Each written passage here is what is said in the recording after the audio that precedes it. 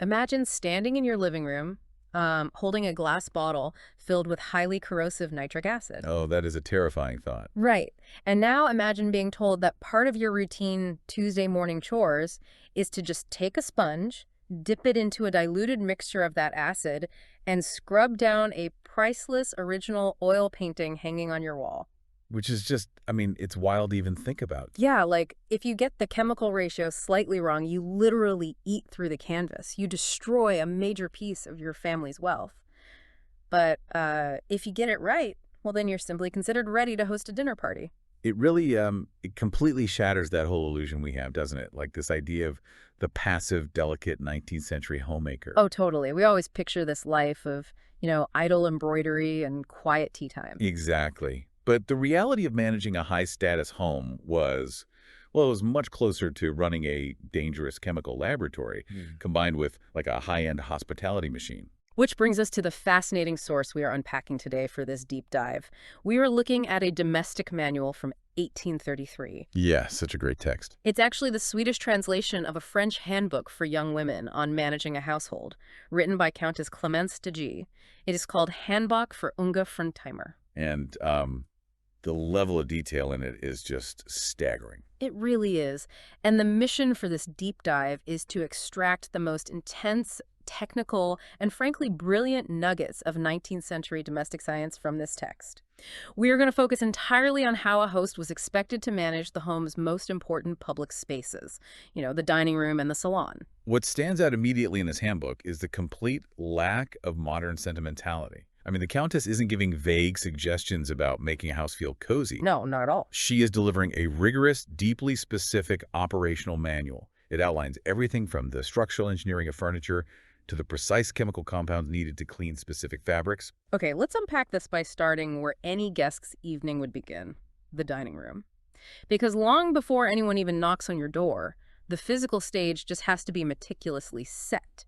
Right, it's a whole production. And reading the Countess's instructions, I was struck by how little this room was about aesthetics and how much it was about sheer mechanical efficiency. Oh, absolutely. Function over form, initially. Right off the bat, she dictates that the ideal dining table is round, and it must be capable of expanding to hold up to 15 place settings using added leaves. But here's the detail that stopped me. She insists this massive table must sit on copper casters. Yeah, that part is so fascinating. And if we think about the physical realities of 1833, that recommendation is pure practicality. A solid mahogany or oak dining table built to seat 15 people is incredibly heavy. Yeah, we are talking hundreds and hundreds of pounds. Exactly. And in an era without vacuum cleaners or synthetic floor finishes, you had to move that table constantly. You had to push it out of the way to properly clean the stone floors beneath it or pull it apart to add those extension leaves. Wait, but dragging a massive hardwood table on wheels across a floor sounds like a recipe for deep scratches. Like, why copper specifically? Why not iron or wood? Well, iron casters would eventually rust from the frequent floor washing. Okay. And that would stain the floor and seize up the wheel mechanisms. Oh, right, because they're constantly mopping. Exactly. And wooden wheels would just splinter under that much sheer weight. So copper, however, is the perfect middle ground. It is structurally durable enough to bear the massive load of the hardwood, but it's a relatively soft metal. Ah, I see where this is going. Yeah, so as you roll this enormous piece of furniture across the room, the copper might take a bit of wear, but it won't gouge the expensive flooring underneath. It's a literal engineering solution. And she brings that same practicality to the daily use of the table, too. Like, she points out that for a daily family breakfast, you absolutely do not use a fine linen tablecloth. Which makes total sense. Right. Instead, you cover this expanding table with a printed lined oilcloth. And when breakfast is over, you just wipe it down with a wet sponge. You have to consider the economics of household time here. Laundry in the 1830s wasn't just, throwing things at a machine. No, it was brutal labor. It was days of boiling water, scrubbing with harsh lye, wringing, starching, and heavy iron pressing. To dirty a massive linen tablecloth just for a Tuesday morning breakfast was an absurd waste of labor. So the oilcloth was basically a lifesaver. Pretty much. Oilcloth, which was a heavy canvas coated with layers of boiled linseed oil to make it waterproof, Wow. was essentially an early domestic technology. It completely bypassed the laundry cycle. Speaking of domestic technology, we have to talk about the kakelon. The porcelain stove in the corner of the dining room. Oh, the stove instructions are brilliant. They really are. The Countess details that this stove is topped with a marble slab, and she explicitly states that the marble slab is used to stack and warm the plates and serving dishes for the dinner service. So the room's heating system is doubling as a high-end warming drawer. Yes, it's functioning as a highly efficient thermal battery. The kakulan is a massive masonry heater covered in ceramic tiles with a long, winding flue inside. Okay. You build a fire in it early in the morning, and the dense masonry absorbs all that heat energy. Even after the fire burns out, it slowly discharges that radiant heat into the room. And the Countess actually notes this mild temperature lasts until about 3 p.m., Yeah. right? And then you fire it up again for the evening dinner service. Just incredible timing. Precisely. And by placing a thick slab of marble on top, you capture the heat radiating from the crown of the stove. Marble is a fantastic thermal conductor. Right, it holds the heat. It absorbs the heat evenly and holds it.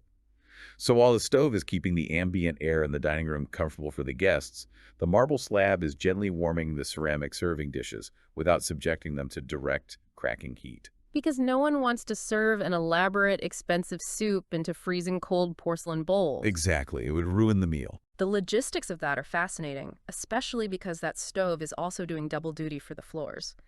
The Countess explains that the dining room and the hallway, or the tambour, feature black or white stone floors. And maintaining those was a massive job. Oh, the cleaning protocol is intense.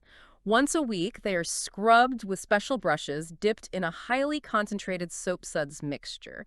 She makes a point of saying you can't just use water. You need this specific soap mixture to achieve a perfect gloss. Well, water alone on a porous stone floor just creates mud. It pushes the dirt around and leaves the stone looking dull. That makes sense. The soaps available then were traditional lye soaps, which are highly alkaline. When you scrub a porous surface with a thick lye soap lather, two things happen. First, the alkalinity cuts through the greasy soot that naturally settles on the floor from fireplaces and candles. And the second thing. Second, as that concentrated lather dries, it leaves behind a microscopic film that actually fills in the microscopic pits in the stone. That is what creates the sheen. But the drying process is the tricky part, right? Because she specifies that in the summer, you open the windows to dry these floors. But in the winter, you must coordinate the floor washing with the firing of the kakalon to ensure the floors dry quickly. Right, and what's fascinating here is that this illustrates the systemic thinking required to run a home before automation. You couldn't just decide to mop the floors on a whim. It had to be planned. The floor washing had to be intricately scheduled around the thermodynamic cycle of the stove and the outdoor weather conditions. If you wash the floors and they don't dry quickly, that moisture sits in a cold room, creating a damp, freezing environment for your guests. So every single chore was connected to a larger, unforgiving schedule. Exactly. Okay, so we have this dining room operating at peak efficiency. Warm plates, gleaming stone floors, a massive table easily rolling on copper casters. But once that heavy meal is over, you have to transition your guests. You move them into the salon. Right. And reading the instructions for this space, it feels like crossing a threshold from an engine room into a highly curated theater. The rules completely shift here. The dining room was about function and comfort, but the salon is about high-status presentation and cultural signaling. The atmosphere is incredibly deliberate. Like the Countess states, the ideal salon is an oblong rectangle. And the windows feature small muslin curtains spanning the width, and behind them, elegant fringed curtains spanning the full height of the room.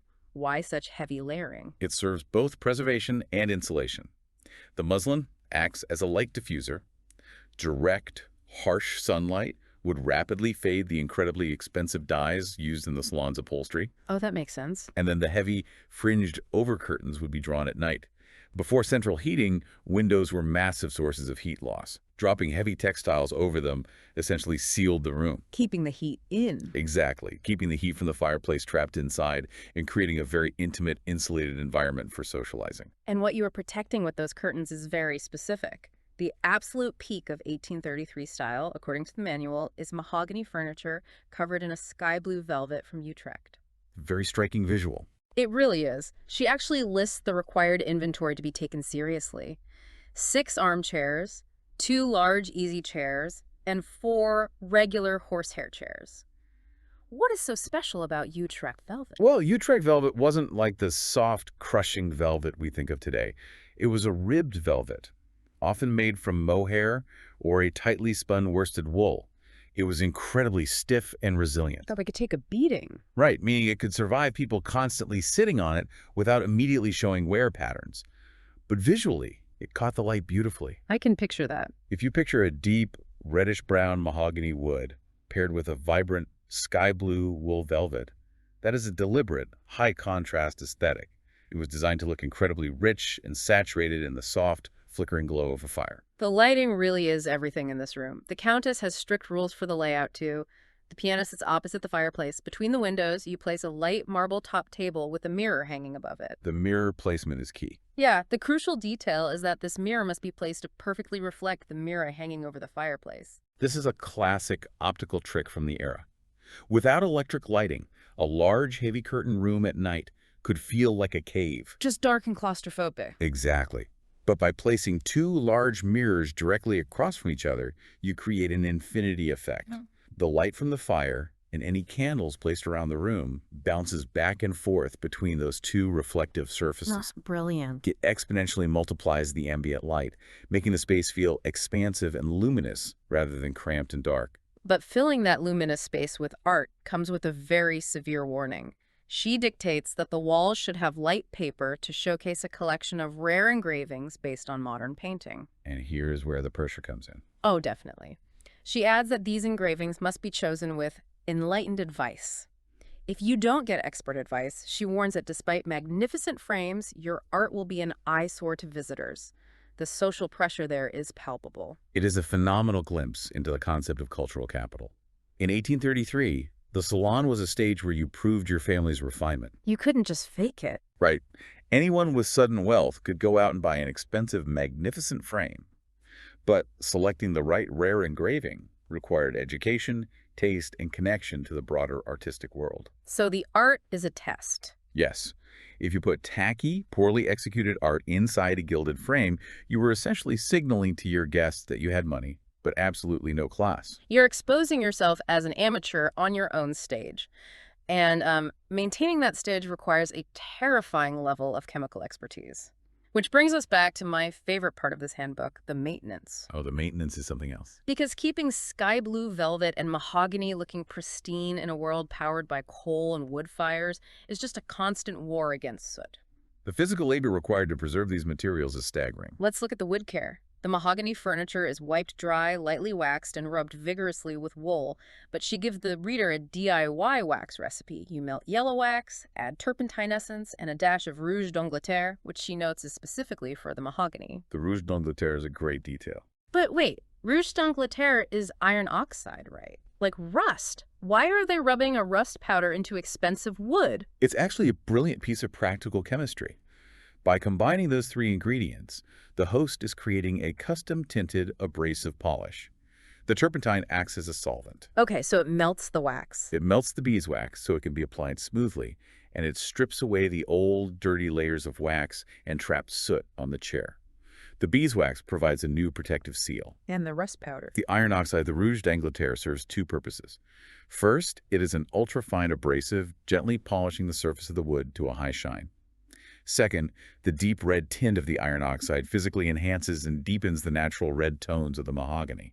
So it's not just cleaning it, it's actively restoring the color every time you polish it. That makes sense. But the mirror cleaning completely threw me. It's a very specific process. It is. To clean those massive mirrors, the Countess says you make a thick paste of water and blanc de Spain, which is a fine chalk. You smear this paste all over the glass, let it dry, and then wipe it off with a linen cloth. Or you use ash. Right, if you lack chalk, you put fine ash in a muslin bag, dust it onto the mirror, and wipe it. Why go through all that trouble? Why not just spray it with a liquid cleaner, or even just wipe it with water? Because using too much liquid on a 19th century mirror was a very quick way to ruin it. Today, mirrors are backed with modern, resilient coatings. We take that for granted. We really do. But in 1833, high-end mirrors were often backed with a tin mercury amalgam or early silvering processes. These backings were incredibly delicate. So water is the enemy. If you used a wet solution to clean the glass, the liquid could easily seep behind the edges of the frame, react with the amalgam, and create dark, rotting spots around the edges of the mirror. Ah, so you have to clean the glass without getting the edges wet. Exactly. Furthermore, the soot from candles leaves a greasy, oily film on the glass. Water won't cut through that grease. It just smears it. That sounds awful. It is. But chalk, or fine ash, acts as a highly absorbent, dry abrasive. When you smear the chalk paste on, the chalk absorbs the oils as it dries. Then you simply dust away the dry powder, taking the soot with it, without ever risking moisture seeping behind the glass. That is ingenious, but it feels incredibly safe compared to how they clean the art. This brings us back to that bottle of nitric acid from the intro. Here's where it gets really intense. Yeah, the handbook notes that oil paintings hanging near the entrances of the salon inevitably get stained by people's hands. To clean them, the Countess instructs the host to use a sponge and a mixture of a glass of Skedvatten nitric acid mixed with a bottle of water, and then rinse it. I cannot fathom taking acid to a painting. How does this not instantly dissolve the canvas? If we connect this to the bigger picture, it is an incredible chemical tightrope. The host had to understand the exact tolerance of the materials she was working with. She had to be a chemist. An oil painting is typically sealed with a layer of varnish. The oils from human hands are organic compounds that sit on top of that varnish, collecting dirt and darkening over time.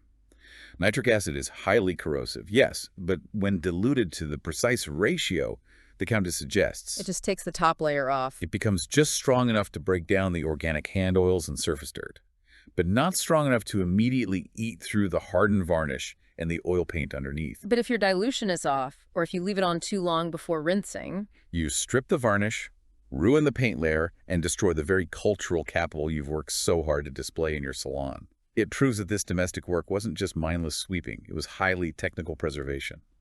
the host was essentially the conservator of the family's assets. Exactly. So imagine you've survived all this. Your floors are glossy from the lye soap, your velvet is beaten, your mirrors are polished with chalk, and your paintings have survived their acid wash. The physical stage is flawless. Now comes the ultimate variable opening the door to society. Yes, because you can control the chemistry of beeswax, but you cannot control the behavior of your guests. Which is why the etiquette section of this manual is so vital. The Countess outlines strict rules for reception, and she creates a fascinating distinction between invited and uninvited guests. The instructions here are so revealing. They really are. If you formally invite guests, you must receive them with joy and eagerness. However, if people just show up uninvited, the handbook explicitly instructs you to receive them simply with, and I quote, less lively interest. Just wonderful phrasing. You do this so you do not encourage them to repeat a visit you didn't seek out. It's a remarkably blunt instruction for an era we often associate with, like suffocating politeness. I love the tactical deployment of less lively interest. It's brilliant boundary setting. We've all had those moments where we wish we could do that to an unexpected drop-in. Oh, for sure. And if we look at this through the lens of everything we've just discussed, the thermal batteries, the floor drying schedules, the intense chemical polishing, we understand why that boundary was necessary. Yeah, because they were exhausted. The host's day was an intricately timed, physically exhausting operation. If an uninvited guest drops in, they're disrupting a massive logistical chain. By receiving them with less lively interest, the handbook gives the host social permission to protect her time and her schedule. So it's not about being mean, it's about survival. She fulfills her basic duty to open the door, but she deliberately withholds the emotional labor of a joyful reception. It is a strictly managed energy economy. And she saves that energy for the gala days. On formal dining days, the book says a servant must loudly announce guests in the order they arrive, and then the hostess must seat her guests with strict discernment based on rank, age, and the respect owed to them. Think about the cognitive load of that moment. The loud announcement isn't just for pomp. It buys the host a few crucial seconds. To figure out the seating chart in her head. As the name rings out across the salon, she has to instantly calculate the social geometry of the room. Where does this person sit? Who holds a higher rank than them? Who might be offended if seated next to them? It is a real-time strategy game played in sky blue velvet chairs. It absolutely is. It is an incredible journey we've taken through this 1833 handbook. We've seen the dining table on its copper casters acting as the hub of a highly engineered hospitality machine. We've learned the exact chemical tightrope required to keep a mahogany and velvet salon pristine against the ravages of coal dust. And we can't forget the acid washes. No, definitely not. And we've seen the brilliant sociological defense mechanism of showing less lively interest to fend off the disruption of unannounced guests. It entirely reframes the domestic sphere of the past. Running a high-status home was not a passive role. It was an active, demanding position of intense management, applied chemistry, and rigid social strategy. It really was. And it leaves you with a lingering thought to mull over regarding how we live today, because in the modern era, we deeply pride ourselves on casual hosting. We really do. It's Mm. the ideal now. Right. We knock down walls for open concept kitchens so our guests can hang out while we cook. We have mismatched informal seating. And the ultimate compliment you can give a guest today is to say, just make yourself at home. We value the appearance of effortlessness and total relaxation. Exactly. But by stripping away all the rigid rules, the handbooks, and the formalities of the 1833 salon, have we actually made the act of hosting more stressful? That is a fascinating point. Think about it. When there is no strict protocol for the host to follow and no clear script for the guest to follow, the entire mental load of social boundary setting rests on our own shoulders. We have to invent the rules every time. We have to constantly silently negotiate how long people are allowed to stay, where they should sit, and what they should touch, all while smiling and pretending we aren't stressed at all. By throwing away the rigid scripts of etiquette, we perhaps gained comfort, but we lost the protective boundaries those rules provided. Precisely. We kept the anxiety but lost the instruction manual. So, thank you so much for joining us on this deep dive. It was a pleasure unpacking this. The next time you find yourself frantically fluffing pillows and hiding mail in a drawer 10 minutes before the doorbell rings, take a breath. Think about the careful calculations of the 1833 salon. And maybe, just maybe, give yourself permission to greet your next uninvited guest with a little less lively interest.